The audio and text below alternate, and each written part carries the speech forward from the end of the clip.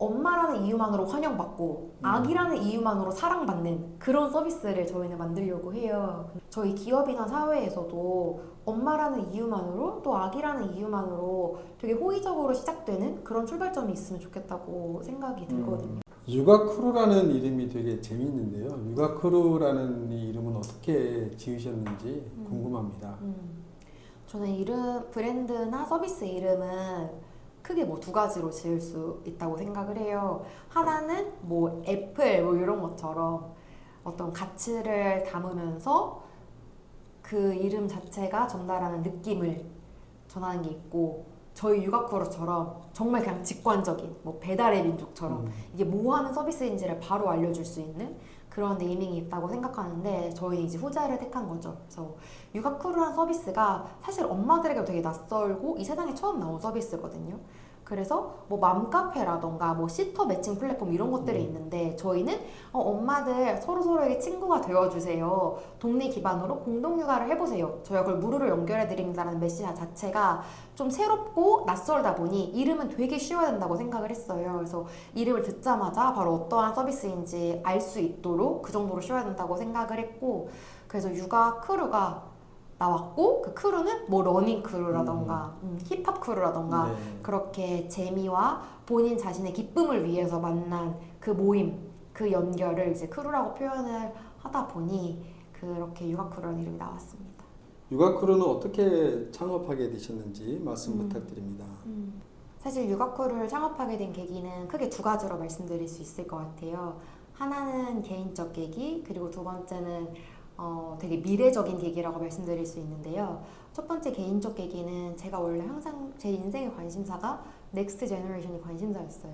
그래서 아기들에게 항상 관심이 많고 애정이 있었는데, 그 아기들의 행복, 그리고 아기들의 매일매일의 일상을 생각을 하다 보니 그때는 정말 엄마가 그 세계의 전부더라고요. 그래서 엄마의 기분이나 정서, 엄마의 행복이 또 아이에게 바로 연결이 되는구나 라고 생각해서 처음으로 엄마의 멘탈 헬스, 엄마의 멘탈 웰니스에 관심을 가졌던 것 같아요.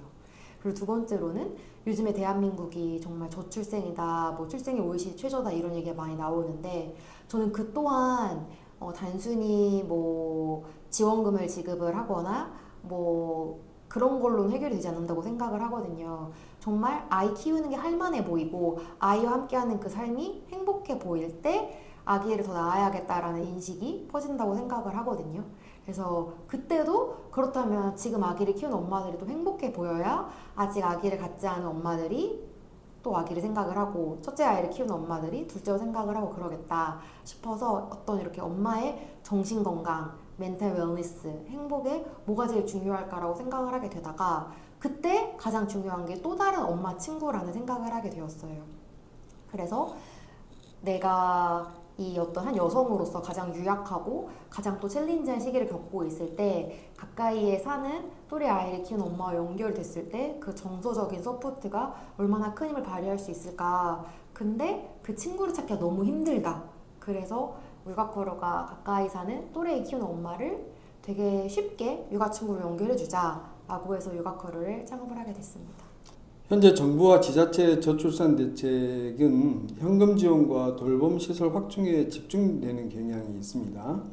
육아크루가 지향하는 동네 기반 돌봄 연대가 저출산 극복과 양육 친화적 환경 조성에 왜 중요한 해법이 될 수 있는지 말씀 부탁드립니다. 저는 지금 정부가 하고 있는 정책의 방향도 너무 중요하다고 생각해요.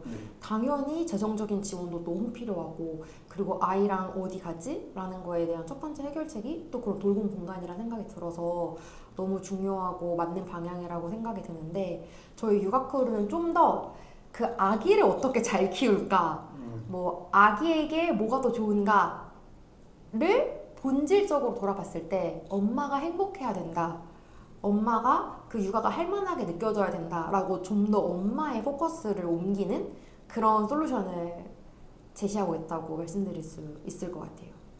그래서 엄마가 보내는 그 하루하루가 여러 어려움도 있고 여러 좌절, 고민이 있겠지만 그게 어떻게 생각하면 또 다른 엄마랑 연결됐을 때 약간 토탈 솔루션으로, 나도 어렵고 나도 처음이고 근데 나는 이렇게 해결했고 이런 것을 나눌 수 있다고 생각을 하거든요.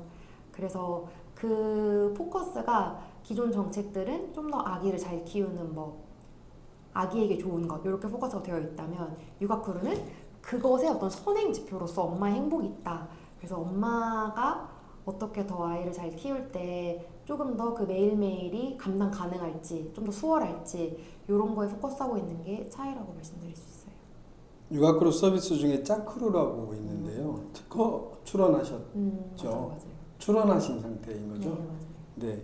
이 1대1 매칭 서비스 짝크루를 통해서 동네 친구를 만난 엄마들은 어떤 변화를 경험했는지, 그리고 또 산후 우울감 완화나 독박 육아 해소 등 기억에 남는 사례가 있으면 소개 부탁드립니다. 일단 육아크루를 정말 맨 처음 했을 때는 어플을 만들기 전이었고, 그때는 제가 수동으로 한 명 한 명을 다 수동 매칭을 했었어요. 그러니까 지금은 이제 클릭 한 번만에 가까이에 사는 또래 아이를 키우는 비슷한 관심사의 엄마를 바로 연결해 주는데, 그때는 그런 로직이 없었고. 수동으로 그런 하셨다는 말씀 어떤 말씀이에요? 수동으로? 일일이 네. 옆에다가 지도 켜놓고. 지도 펴놓고. 네, 여기다가 이제 육아크루에서 신청을 받았어요. 친구를 연결되고 싶은 엄마들을 네네. 신청을 받아서 뭐 어느 동네에 살고 있고, 첫째가 딸인지 아들인지 몇 년생인지, 뭐 네. 둘째는 딸인지 아들인지, 워킹맘인지 전업주부인지 이런 거 다 받아서 상황실처럼. 다 받아서 그런 것들을 제가 이제 모니터에 이렇게 띄워놓고 그냥 수동으로 정말 연결을 했었어요. 네. 연결을 하고, 연결한 상태에서 엄마들한테 또 설문조사도 하고 만족도조사도 하고 실제로 오프라인 만남까지 이어지는 비율들을 보고 이러면서 조금 더 가중치를 부여하고 저희만의 가설들을 계속 검증해 나갔던 것 같아요. 예를 들어서 딸 엄마가 또 다른 딸 엄마를 만나고 싶어하는 정도와 아들 엄마가 성별 상관없이 만나고 싶어하는 정도, 혹은 아들 엄마도 꼭 아들을 만나고 싶어하는가, 이런 것들에 대한 가설을 저희가 나름대로 세워서 되게 세밀하게 검증을 많이 했었고, 그때 제가 수동으로 매칭시켜준 엄마가 4,000명이에요. 그래서 4,000명을 하면서 계속 가설을 검증해 나갔던 것 같아요. 네. 몇 년생 이하부터는 조금 이동을 하는 걸 원하고, 또 아기가 몇 개월 이하일 때는 진짜 동네에서 뭐 101동, 103동 요 정도만 연결되고 싶어하고, 그런 가설들을 많이 세워보면서 검증을 했었고, 그거를 알고리즘으로 잘 정리를 해가지고 그걸 이제 특허 출원을 했었고, 지금 육아크루 어플에 적용된 알고리즘이기도 합니다. 동작구에서 시작하셔가지고 서울, 전역, 경기, 인천까지 서비스를 확장하셨는데요. 동네 기반이라는 강점을 유지하면서도 성공적으로 확장할 수 있었던 비결은 어떤 건지 말씀 부탁드립니다. 엄마들이 육아크루를 써보고 서로서로한 추천해 준 게 제일 컸던 것 같아요. 사실은 그 동작구랑 관악구나 영등포가 진짜 횡단보도 하나 건너면 바로 다른 지역이거든요. 네. 그래서 뭐 처음에 동작구에 시작을 했을 때 동작구 엄마들이 육아크루에 대한 좋은 후기를 남기고, 또 주변 엄마들한테 육아크루라는 게 있대 이렇게 소개를 해주면서 관악구나 뭐 영등포, 구로구처럼 근처에 있는 구에서 신청이 많이 들어왔어요. 그래서 100명 이상 신청이 들어오면 그 지역을 오픈을 했거든요. 근데 어느 순간부터 100명이 쌓이는 속도가 되게 빨라졌어요. 그러다 보니까 100명 쌓이고 확장하고 100명 쌓이고 확장하고, 그렇게 하는 속도가 점점 더 빨라졌던 것 같아요. 여러 육아종합지원센터와 가족센터 등 공공기관과 협력하고 계시는데요. 민간 플랫폼과 공공기관이 함께할 때 나타나는 가장 큰 시너지와 대표적인 협업 사례를 소개 부탁드립니다. 공공기관은 사실 아까도 말씀해 주셨지만 너무 좋은 서비스나 프로그램이 진짜 많아요. 근데 그런 것들을 엄마들한테 알리는 게 쉽지가 않거든요. 보통 뭐 포스터나 뭐 현수막 이런 걸로 주로 알리시는데, 사실 엄마들이 이제 아기를 키우다 보면 그 생활 반경이 되게 좁아져서 집 근처에서 동네에서 시간을 보내다 보니 그런 좋은 정보에 노출되는 기회가 좀 적어지는 것 같아요. 근데 이제 육아크루 같은 경우에는 가입한 엄마들에게 바로바로 푸시도 보내주고 바로바로 뭐 배너도 노출해주고, 이러다 보니 그 공공기관에서 가지고 있는 좋은 프로그램과 콘텐츠를 딱 그 지역에 있는 엄마들한테 바로바로 전달하는 것. 그래서 공공기관에서도 모객도 쉽고 또 공간 이용률도 높아지고 이런 것들이 좋고, 엄마들은 우리 동네에 이런 프로그램이 있었어, 이런 공간이 있었어 하면서 그 중간 다리 역할을 육아크루가 온라인 기반으로 딱 엄마들 맞춤형으로, 또 이제 여러 지역 정보 데이터라던가 자녀 계열수 데이터도 있으니까 딱딱 맞게 잘 넣어주는 그런 연결고리 역할을 하고 있어요. 커리어톡에 대해서 잠깐 소개해 주세요. 네네. 커리어톡은 육아크루가 를 사용하고 있는 엄마들이 사실 가장 조회수가 높은 페이지 중에 하나예요. 네. 아기를 키우면서도 아직 복직이나 뭐 아직 이제 커리어를 재개할 시점이 아닌데도 계속 보고 내가 어떤 일을 할 수 있을까, 어떤 게 좀 육아 친화적인, 육아랑 병행할 수 있는 일자리인가 되게 많이 살펴보시거든요. 근데 그 커리어톡 같은 경우에는 엄마들이 아이를 키우는 것과 병행할 수 있는 혹은 어떤 그 여성의 삶, 엄마로서의 삶에 되게 친화적인 일자리를 모아놓은 그런 게시판이라고 보시면 돼요. 그래서 유연근무제가 있거나 재택근무가 있거나 뭐 파트타임이거나 프리랜서거나 혹은 우리 동네에서 진짜 도보로 출퇴근할 수 있는 가까운 거리거나 그런 일자리들을 모아둔 게시판이라고 보시면 됩니다. 엄마들이 사실은 항상 그 마음속에 본인의 커리어를 이어가고 싶은 마음도 있고, 그리고 제가 엄마들을 많이 만나보면 너무나도 총명하고 똑똑하고 전문성이 많은 엄마들이 계시거든요. 네. 근데 이제 아이가 신생아 시기 때는 엄마의 손길이 절대적이다 보니까 그때는 이제 커리어보다 어떤 엄마로서의 정체성을 조금 더 앞에 두는데, 그런데 그런 엄마들이 사실은 조금만 환경적으로 갖춰진다면 네. 충분히 그 능력을 발휘하실 수 있을 거라고 생각이 되는데, 그거에 대한 좀 정보 접근성을 높이는 그런 기능이라고 보시면 됩니다. 방금 말씀하신 커리어톡과 관련해서요. 양육자의 일 가정 양립을 위해 우리 사회 기업 문화와 근로 환경은 어떻게 바뀌어야 한다고 보십니까? 저희 육아크루가 되게 지향하는 모습 중에 하나이기도 한데요. 저는 그냥 엄마라는 이유만으로, 아기라는 이유만으로 되게 잘해주고 되게 사랑하는 그런 서비스를 만들고 싶거든요. 엄마라는 이유만으로. 네. 그래서 육아크루도 엄마라는 이유만으로 환영받고 아기라는 이유만으로 사랑받는 그런 서비스를 저희는 만들려고 해요. 근데 육아크루는 정말 적극적으로 그 선두에 서 있다면 저희 기업이나 사회에서도 엄마라는 이유만으로 또 아기라는 이유만으로 되게 호의적으로 시작되는 그런 출발점이 있으면 좋겠다고 생각이 들거든요.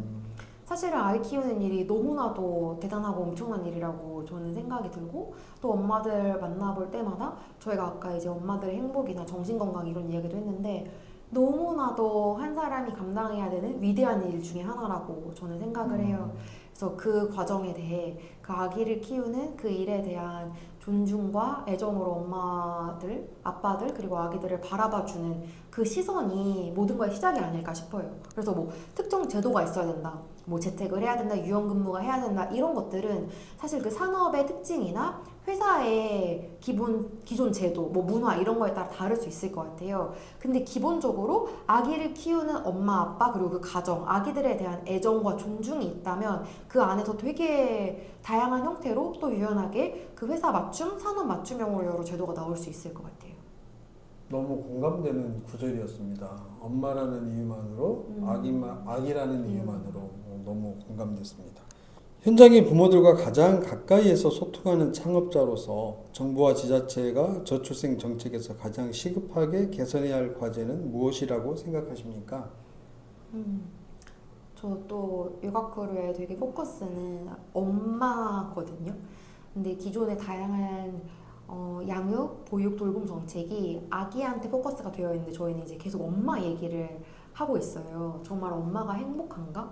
그러니까 이 아기를 키움에 있어서 아이를 어떻게 더 잘 키우냐, 아이를 어떻게 더 건강하게 키우냐가 아니라 이 육아라는 과정이 엄마가 충분히 감당할 수 있는 정도냐, 그걸 도와주는 사람이 충분히 많은가, 엄마가 그 하루하루에 겪어야 되는 그런 어떤 정신적인 좌절이라던가 힘듦, 어려움에 대한 충분한 케어가 이루어지고 있는가? 라는 생각이 저는 들거든요. 그래서 사실 그 육아종합지원센터에서도 돌봄 공간도 돌봄 공간이지만 엄마들이 조금 더 본인의 마음을 돌아볼 수 있는 그런 시간에 대한 프로그램도 있으면 좋겠고, 그런 것도 되게 재정적으로, 제도적으로 정부에서 지원해줬으면 좋겠다는 생각도 들어요. 예를 들어서 산후 우울증 관련해서 조금 더 엄마가 미리 알 수 있게, 사실 뭐 어떤 통계에 따르면 대한민국 엄마 10명 중에 9명이 산후우울증을 경험을 하고 그 중에 3명은 자살 충동을 느낀다는 통계도 있거든요. 그런데 엄마들이 이 통계가 되게 왔다 갔다 하는 이유가 엄마들이 이게 산후우울증인지도 모르고 지나가는 경우가 많다고 해요. 그러니까 아기를 돌보기 싫고 씻기 싫고 아무것도 하기 싫고 싫은 거 넘어서 정말 못하겠는 그 기분이 들 때가 있는데, 그게 사실 의학적으로 검증을 하면 우울증 증상이라고 하시거든요. 근데 아기를 위해서 모든 시간과 에너지를 쏟는 그 엄마가 자기 마음을 돌아보거나 이게 진짜 우울증인가 이렇게 생각할 수 있는 그런 기회나 계기는 더더욱이나 없어서 오히려 정부와 지자체에서 그런 기회를 주고 그런 룸을 주고 오히려 엄마 마음을 한번 돌아볼 수 있는 그런 공간을 좀 마련해주면 어떨까 싶습니다. 대표님 조금 더 구체적으로 말씀을 해주시면 실전 사례처럼 어떤 A라는 엄마가 어떤 생활을 할 때 구체적으로 어떤 공간이 있었으면 좋겠다. 그걸 좀 더 말씀해 주시면 감사하겠습니다. 저는 사실 엄마들끼리 연결되고 그 연대하는 그게 어떻게 생각하면 굉장히 쉽다고 생각을 해요. 그냥 같은 공간에 엄마들을 모아주면 그리고 엄마들이 어떤 같은 주제에 대해 이야기를 하기 시작하면 그냥 술술 나오는 경우도 전 너무나도 많이 봤거든요. 특히나 이 육아크루 같은 경우에는 또래 아이를 키우는 엄마들을 연결하고 있기 때문에 그 아이의 발달 상태나 지금 아이가 몇 개월인지 그 개월수에 따라 관심사가 거의 유사해요. 그 관심사에 따라서 엄마들의 고민도 비슷하게 흘러가는 경우가 많아서 되게 금방 대화가 이어질 것 같거든요. 저는 그래서 정부나 지자체에서 더 다양한 종류의 엄마 모임을 적극적으로 지원하고 개최하는 것도 필요하다고 생각이 돼요. 예를 들어서 뭐 그림책 모임, 아기한테만 읽어주고 아기한테만 좋은 그림책이 아니라 엄마의 마음을 어루만져 줄 수 있는 그런 그림책을 읽고 이거를 읽고 느낀 점을 나누는 모임이라던가 네. 혹은 밥 안 먹는 편식하는 아기를 키우는 엄마들의 모임을 또 해서 저는 이러이러한 식으로 했더니 노하우가 생겼어요. 저희 아이 잘 먹기 시작했어요. 이런 것도 나누기도 하고 또 그 과정에서 엄마가 너무 상처받고 힘든 것도 있잖아요. 근데 그럴 때 저는 이러한 방식으로 회복을 했어요. 이러한 방식으로 또 제 자신을 치유했어요. 이런 방식으로 나누는 게 있으면 좋겠다는 생각이 들어요. 제가 육아크루에 있던 한 모임이 있는데 너무 좋아가지고 말씀을 드려보자면 거기는 한 권의 책으로 시작하는 모임이었어요. 그래서 어떤 엄마가 내가 어떤 책을 읽었는데 너무너무 좋았다. 그래서 이 책을 읽고 다른 엄마들과 이야기를 나누고 싶다라고 하셔서 어떤 책 모임을 만드셨고 이제 엄마들을 본인 집에서 모이게 했어요. 그래서 애기들 다 데리고 와도 된다 해서 애기들도 놀고 엄마 한 명이 돌아가면서 이제 아기를 봐주고 책을 미리 읽고 와서 책 얘기를 이렇게 했었는데 그때 그 책에 대해서 양육법에 관련된 책이었거든요. 그래서 그 책에 대해서 자기가 느낀 점이나 그 책에서 배운 점 그리고 책과 나의 삶을 연결시킬 수 있는 지점을 이야기를 하고 그 이후에 돌아가면서 이 책과 어울리는 노래를 한 곡씩 선곡해서 또 들었다고 하더라고요. 근데 그때 그 모임장님이 말씀해 주셨는데 항상 그 모임이 눈물바다로 마무리가 되고 또 그 모임 이후에 또 에너지를 충전해서 가기도 하고 또 애기들끼리 서로 친해지기도 하고 그런 과정이 엄마들한테 굉장히 좋은 치유의 경험이었다는 이야기를 들은 적이 있어요. 행복한 엄마가 있어야 행복한 아이가 있다는 철학을 바탕으로 육아크루가 꿈꾸는 미래는 무엇인지 또 10년 뒤 대한민국의 동네 양육 문화는 어떻게 달라져 있기를 기대하시는지 마지막으로 말씀 부탁드립니다. 저는 사실 그 육아크루가 이야기하는 메시지는 엄마들 서로에게 힘이 되어주고 지지자가 되어주세요. 그래서 엄마도 친구 만나고 아이도 친구 만나고 더 즐겁게 육아하세요 라는 메시지거든요. 그래서 저는 사실 어느 정도 시간이 지나고 나면 좀 육아크루 세대가 생길 거라고 생각을 해요. 그 세대가 아기 입장에서 나의 첫 번째 중마고우를 우리 엄마가 육아크루에서 만난 그 이모의 아들, 딸이었다. 그래서 그 세대가 생길 거라 생각을 하거든요. 지금 이제 육아크루 엄마들이 뭐 24년생, 25년생, 26년생 애기들을 데리고 친구를 만나고 있는데 엄마의 육아 친구는 또 바로 아기의 친구로 이어지기도 하는데 또 그 시기엔 거의 첫 친구잖아요. 처음 놀이터 같이 간 친구, 처음 같이 그네 타고 있었던 친구인데 그래서 언젠가 저희 육아크루가 더 열심히 하고 또 저희가 전달하는 이 가치가 세상에 잘 전해지다 보면은 그 아기들의 첫 친구가 나의 첫 친구는 우리 엄마가 육아크루에서 만난 그 친구, 그 이모의 자식이었던 그 세대가 생길 거라 생각을 하고 그게 되게 동네 기반으로 어떤 커뮤니티 문화를 되살리는 또 기회가 될 거라고 생각을 합니다. 그렇게 또 기대를 하고 있습니다. 네. 육아 크루 동문회가 되겠네요. 크루 제너레이션. 맞아요. 네, 대표님 오늘 인터뷰 참여 감사합니다. 네, 네, 감사합니다. 감사합니다.